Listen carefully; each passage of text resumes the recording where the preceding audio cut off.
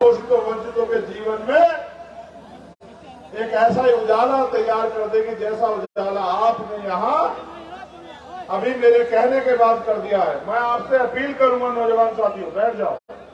अगर आप में से एक भी खड़ा रहा तो मैं बिल्कुल नहीं बोलूंगा और मैं ये मान लूंगा कि आपके भरोसे मुझे कोई लड़ाई नहीं लड़नी। आप दिखावे वाले लोग, कोई भी संघर्ष योद्धाओं के दम पे होता है, भेड़ बकरियों के दम पे कोई संघर्ष नहीं हुआ आज तक, दुनिया का इतिहास गवाह है। जब भी मैदान सजता है योद्धा लड़ते दोनों तरफ से एक बढ़ के योद्धा, और योद्धाओं में युद्ध होता है तब जाके परिवर्तन होते हैं। आज भारत में लोकतंत्र है, आज भी योद्धा लड़ते हैं, मगर वो संवैधानिक वोट की शक्ति के लिए लड़ते हैं और जिसके पाले में ज्यादा योद्धा वोट कर देते हैं वो जीत जाते हैं। तो मैं अपनी बात की शुरुआत करते हुए समय समय पे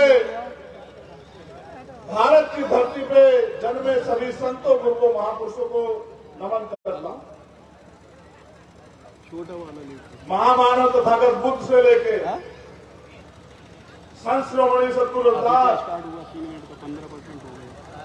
भगवान वाल्मीकि, गुरु नानक देव, संत कबीर, गुरु घासीदास, नारायण गुरु संत गाडगे जी महाराज, सामाजिक परिवर्तन के नायक के रूप में अपने जीवन को अर्पण करने वाले राष्ट्रपिता ज्योतिबा फूले, मां सावित्रीबाई फूले, मां फातिमा शेख, छत्रपति साहू जी महाराज, भगवान बिरसा मुंडा,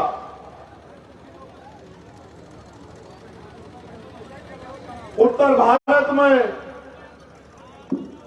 अर्जक संघ के माध्यम से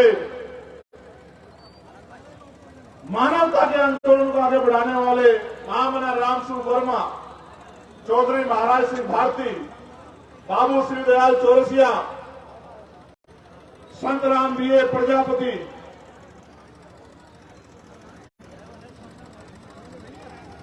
जननायक कपूरी ठाकुर, बाबू जगदेव प्रसाद कुशवाहा, मान्यवर दीना माना वाल्मीकि साहब, सर छोटू राम, विश्वरत्न डॉक्टर बाबा साहब अम्बेडकर और मान्यवर काशीराम साहब को नमन करता हूं। और इस मंच पर उपस्थित हमारे राष्ट्रीय सचिव चौधरी अमर सिंह जी, भाई नील पटेल जी, भाई आकिब जी, हमारे समस्त नेतागण जो इस मंच की शोभा बढ़ा रहे हैं, और इस आयोजन के जो आयोजक कमेटी है उनका भी दिल की गहराई से धन्यवाद करता हूं। पूरा दिन हो गया आपको इंतजार करते हुए, रात हो चुकी है, लगभग 8 बजने वाले। मैं आपके प्यार, विश्वास, धैर्य और समर्पण को जितनी भी बार धन्यवाद करूं कम, लेकिन जो बात मैं आपसे कहना चाहता हूं, जिसके लिए आज हमने संविधान बचाओ, आरक्षण बचाओ संकल्प यात्रा निकाली और जो प्लान हम पूरे देश में कर रहे हैं, उस खतरे से वाकिफ कराना मेरी आपको जिम्मेदारी। समाज साथियों, भारत में वंचित वर्ग के लोगों को कोई भी अधिकार मांगने से, रोने से, चिल्लाने से, हाथ फैलाने से नहीं मिला। समय समय पे इसके लिए हमारे महापुरुषों ने कुर्बानियां दी, जिनके नाम मैंने लिए, उन्होंने सबने अपना जीवन, अपने सुख सुविधाएं त्याग कर मानवतावादी आंदोलन को मजबूत किया, अंधविश्वास, पाखंडवाद के खिलाफ आंदोलन चलाया और उसको असली ताकत के रूप में डॉक्टर बाबा साहब अम्बेडकर ने भारतीय संविधान के रूप में एक ऐसी ताकत हमको सौंपी, जिस ताकत ने पशुओं जैसा जीवन जी रहे शोषितों को इस देश की राजगद्दी पे बैठने का अधिकार और अवसर देने का काम किया। सम्मानित साथियों,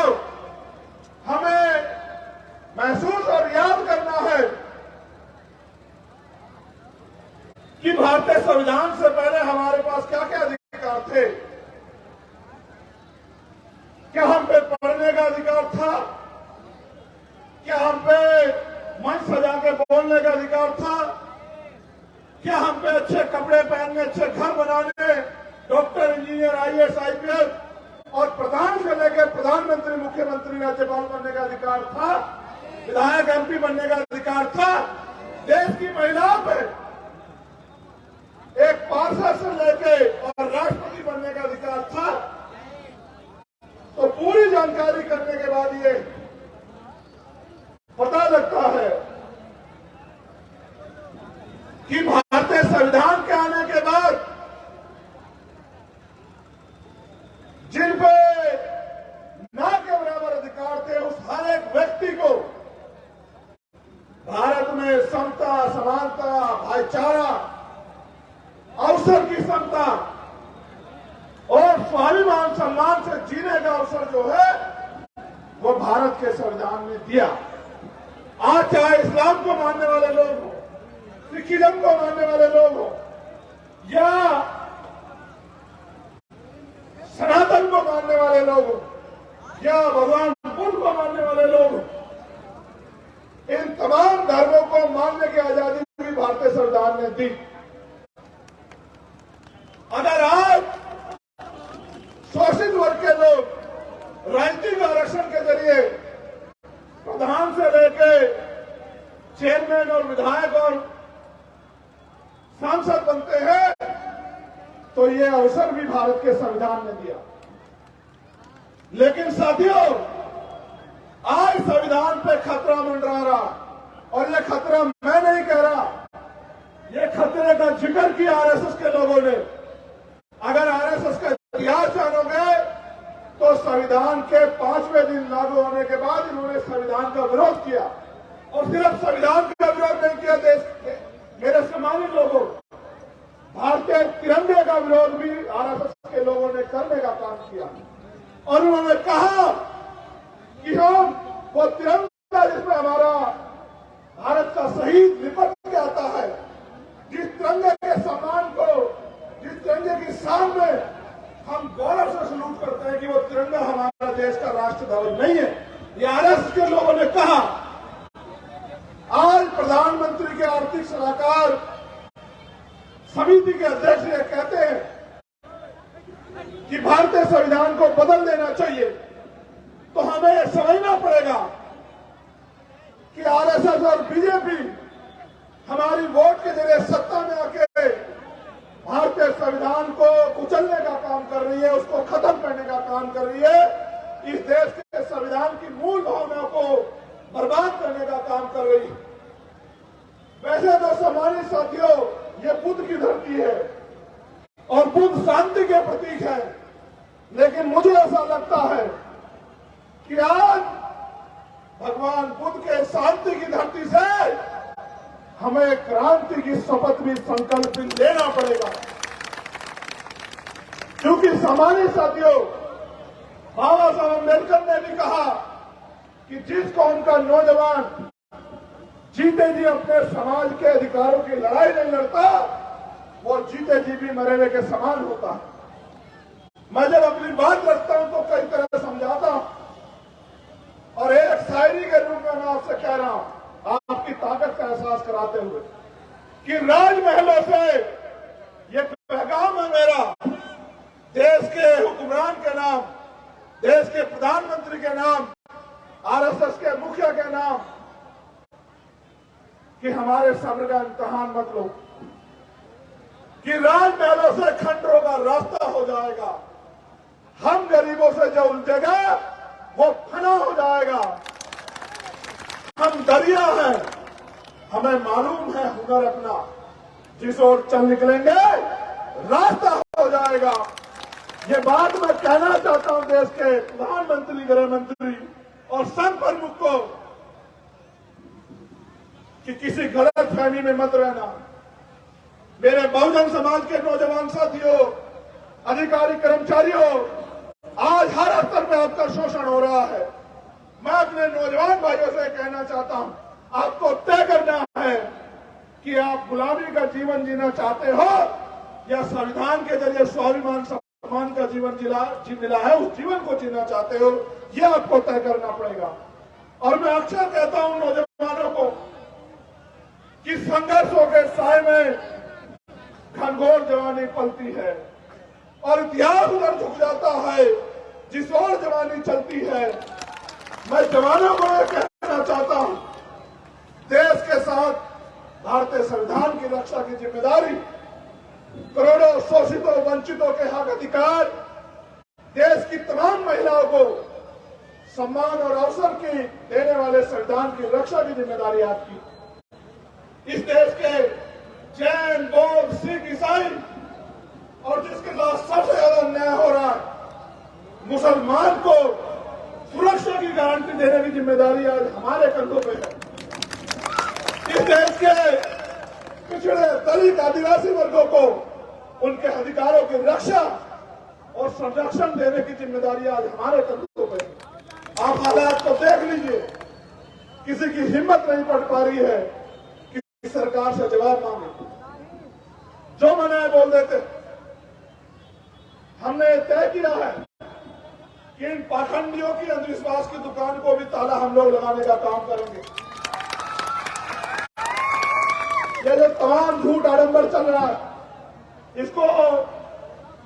इसकी पोल खोलने का काम भी हम करेंगे और किसी भी स्तर पे, चाहे संविधान की रक्षा का संकल्प हो, संविधान बचाओ देश बचाओ, या फिर ईवीएम द्वारा जो वोट की चोरी हो रही है, ईवीएम हटाओ लोकतंत्र बचाओ, इस नारे को मजबूत करते हुए आज जो संकल्प यात्रा यहां से शुरू हुई है, ये बुद्ध की धरती से जो हमने शुरू की है, अब ये पूरे देश, प्रदेशों में, गांव, कस्बों, मोहल्लों में, नगरों में जाएगी। इसके बाद 19 तारीख से ये यात्रा मध्य प्रदेश में शुरू हो रही है और 27 तारीख से राजस्थान में। और अब हम लोग प्लान बना के आज जो आरएसएस बीजेपी के मंसूबे में जो कील ठोकने का काम आपने किया, इतनी बड़ी सभा करा के और रात के 9 बजे भी यहाँ बड़ी मजबूती से डट के आपने जो आज अपनी ताकत दिखाने का काम किया, चौधरी अमर सिंह के हाथों में मजबूत करने का काम किया, यहाँ की जिले की कमेटी के हाथों में मजबूत करने का काम किया।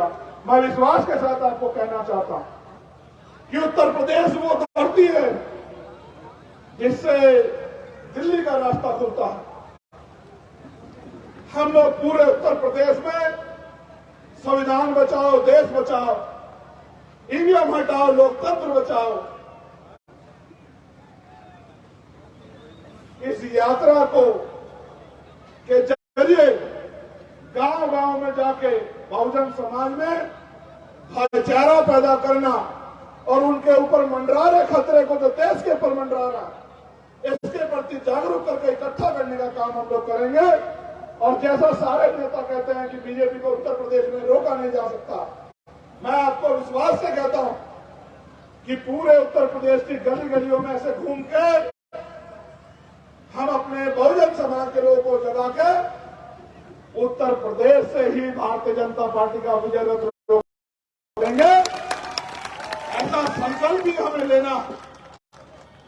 सामान्य साथियों, इस देश में एनसीआरबी का डाटा है, कहता कि 50,000 महिलाओं के साथ हत्या, रेप और यौन उत्पीड़न की घटनाएं होती हैं देश में, क्योंकि ये वो आंकड़ा जो दर्ज होता है। असल सच ये है कि 10 में से इन सत्ताओं के आगे एक मामला दर्ज होता है, यानी कि एक्चुअल घटनाएं 5 लाख के करीब है। मैं आपसे पूछना चाहता हूं, आपका खून होने के नाते, एक पिछड़े वर्ग का बेटा होने के नाते, कि अगर आप उसकी गहराई में जाने का प्रयास करो तो आपको जानकारी मिलेगी कि 95% वो बच्चियां बहनें आपके समाज की है। मैं आपसे पूछना चाहता हूं, सम्मानित मेरे बहुजन समाज के योद्धाओं, ये बताओ आपके जमीर को, आपकी हिम्मत को क्या हो गया है? जिनकी संख्या इतनी सी है वो हमारे लोगों को नोच रहे हैं और हम लोग बैठ के तमाशा देख रहे हैं। तुम्हारी जवानी को हो क्या गया है मेरे वीरों? क्या ऐसी मुसीबत आई है कि तुम अपने हक अधिकार के लिए आवाज भी नहीं उठा पा रहे? सरकार क्या करेगी?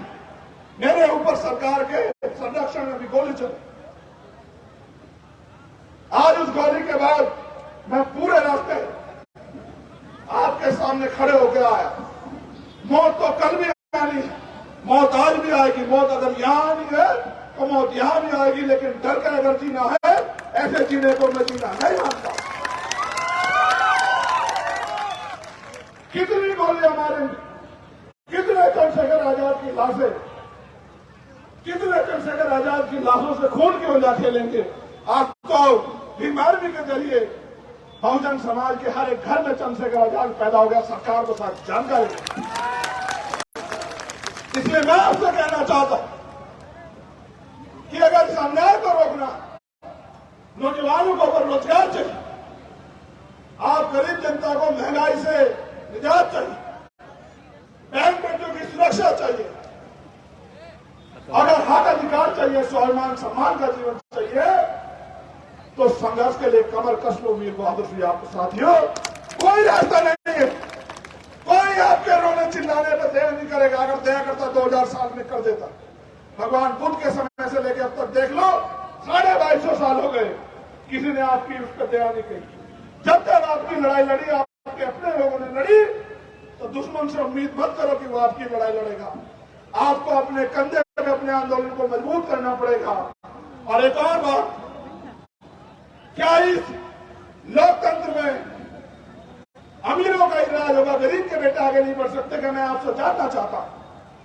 69,000 शिक्षक भर्ती में घोटाला हुआ, 20,000 पदों का, 20,000 दलित पिछड़ों के बच्चे घर रह गए। किसी को तकलीफ हुई क्या?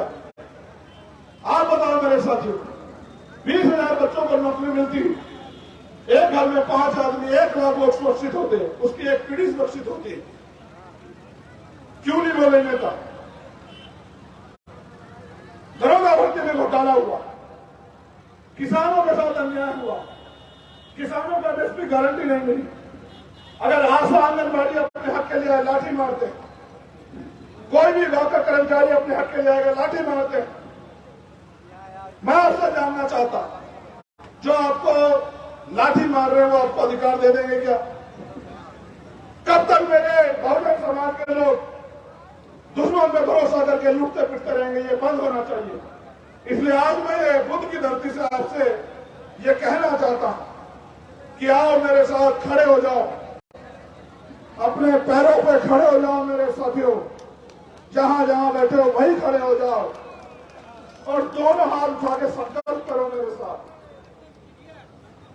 मैं यहां से जो बोलूंगा आप अपने दिल से जवाब देना कि आप क्या सोच रहे हैं।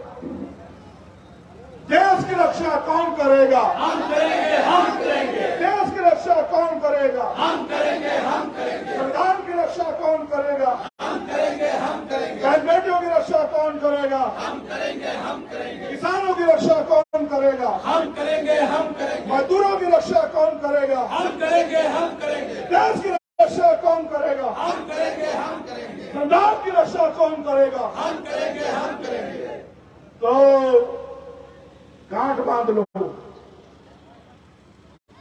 अगर संविधान की रक्षा करनी है, देश की रक्षा करनी है, बहन बेटियों की रक्षा करनी है, अपने हक अधिकारों की रक्षा करनी है, तो कीमत चुकाने के लिए तैयार हो जाओ। और कीमत यह है कि कमर कस के अपने क्षेत्र में चले जाओ और जिस तरह आज मैं आपको जगा रहा हूं, आप भी बस्तियों में जाके बहुजन समाज के लोगों को जगाने का काम करो। और ऐसे अगर ये काफिला चलता रहा तो कुछ ही दिनों में एक ऐसा सैलाब आएगा जिस सैलाब के आगे भारतीय जनता पार्टी की ये कश्ती हिलोरे खा के डूब जाएगी और इनका पता भी नहीं रहेगा, ऐसा मेरा विश्वास है। मैं अपनी वाणी को विराम देते हुए, क्योंकि आपने पूरे दिन मेरा इंतजार किया, मैं अपनी वाणी को विराम देते हुए कहना चाहता हूं कि हमारी माएं हमें इसलिए पैदा करती हैं कि हमें जाति धर्म के नाम पर या स्वाभिमान सम्मान से जीवन जीने के नाम पर हमारी हत्या हो, ये सोच के ना हमारी मां हमें पैदा करती और न ही हमें पालती। उस मां के कर्ज को भी हमें चुकाना है। वो मां भी हमसे उम्मीद करती होगी कि एक दिन हमारा बेटा उस मां के अधूरे सपनों को पूरा करेगा। मैं आप अपनी जेब में हाथ डाल के देखो मेरे लोगों, क्या मां के सपनों को पूरा करने की साधन आपकी जेब में है मेरे लोगों? कितने लोगों के पास 4 रुपयों की गाड़ी है? कितने लोगों के घरों में एसी लगे? कितने लोगों ने अपनी मां को हवाई जहाज से सफर कराया? कितने लोगों ने अपनी बहन को विदेश घुमाया? कितने लोगों ने बिजनेस लगाए, फैक्ट्रियां लगाई? कितने लोगों को उद्योग धंधे हैं? कितने घरों तक सरकारी नौकरी पहुंची? हाथ तो जाना, क्या धर्म की लड़ाई में गुजरे? धर्म आपके मुद्दों को दबाने की एक दवा है उनके पास।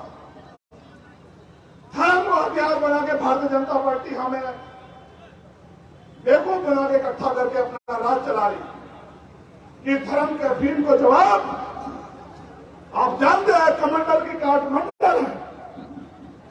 हमें मंडल के आंदोलन को पुनः खड़ा करना पड़ेगा। जातिगत जनगणना होगी, मंडल कमीशन की बाकी सिफारिशें लागू होगी, सामाजिक करेगा। लेकिन जैसा मैंने कहा कि ना मैं सरकार को भूलूंगा और ना आपके कार्यकलाप को भूलूंगा। आप मेरी रक्षा करो ना करो, छोड़ो, आप मेरे लोगों की रक्षा करो, क्योंकि उनकी मेहनत कमाई की टैक्स लेके आप लोग कुर्सियों बैठे, डीएम साहब और एसएसपी महोदय यहां जिले में। ये बात आप याद, आप ये मानना कि जितना समय दिल्ली से आने में लगता है उतना ही समय लगेगा, लेकिन उस दिन मैं आपको बताऊंगा कि मैं अपने ऊपर हुए तमाम तरह के विरोध को सह सकता हूं, लेकिन अपनी बहनों, माओ, अपनी बच्चियों और अपने भाइयों बुजुर्गों के सम्मान के साथ कोई समझौता नहीं कर सकता। इसलिए मैं आप दोनों अधिकारियों के लिए मंगल कामनाएं करता हूं और आपसे कहता हूं कि भाई, हमारे लोगों के लिए यहां कानून व्यवस्था करके न्याय का ऐसा माहौल बना के रखना कि कभी आपको और मुझे एक टेबल पे बैठना ना पड़े। क्योंकि जिस दिन आप और मैं एक टेबल पे आमने सामने बैठेंगे न्याय के लिए, अगर मैं आया तो शायद अगले दिन मुख्यमंत्री, क्योंकि न्याय तो मैं लेकर जाऊंगा, लेकिन अगले दिन मुख्यमंत्री आपको इस जिले में नहीं रखेंगे, वो शाम के टाइम आपको किसी और जिले में भेज देंगे। और अगर मेरे लोगों ने मौका दिया और हम उस टेबल पे बैठे, जिस टेबल पे, जिस कुर्सी के कलम में ताकत होती है, तो विश्वास करना, मैं आपको सिखाऊंगा कि किस तरह से कानून व्यवस्था दुरुस्त रखी जाए। जय भीम, जय भारत, जय मंडल, जय जवाहर। भारतीय संविधान जिंदाबाद, जिंदाबाद, जिंदाबाद। भारतीय संविधान जिंदाबाद, जिंदाबाद, जिंदाबाद। भारतीय संविधान की रक्षा कौन करेगा? भारतीय संविधान की रक्षा कौन करेगा? भारतीय संविधान की रक्षा कौन करेगा? हम करेंगे, हम करेंगे। बहुत बहुत धन्यवाद। अपना प्यार भाईचारा बना के रखना, ऐसे जुट होकर लड़ना। में हमें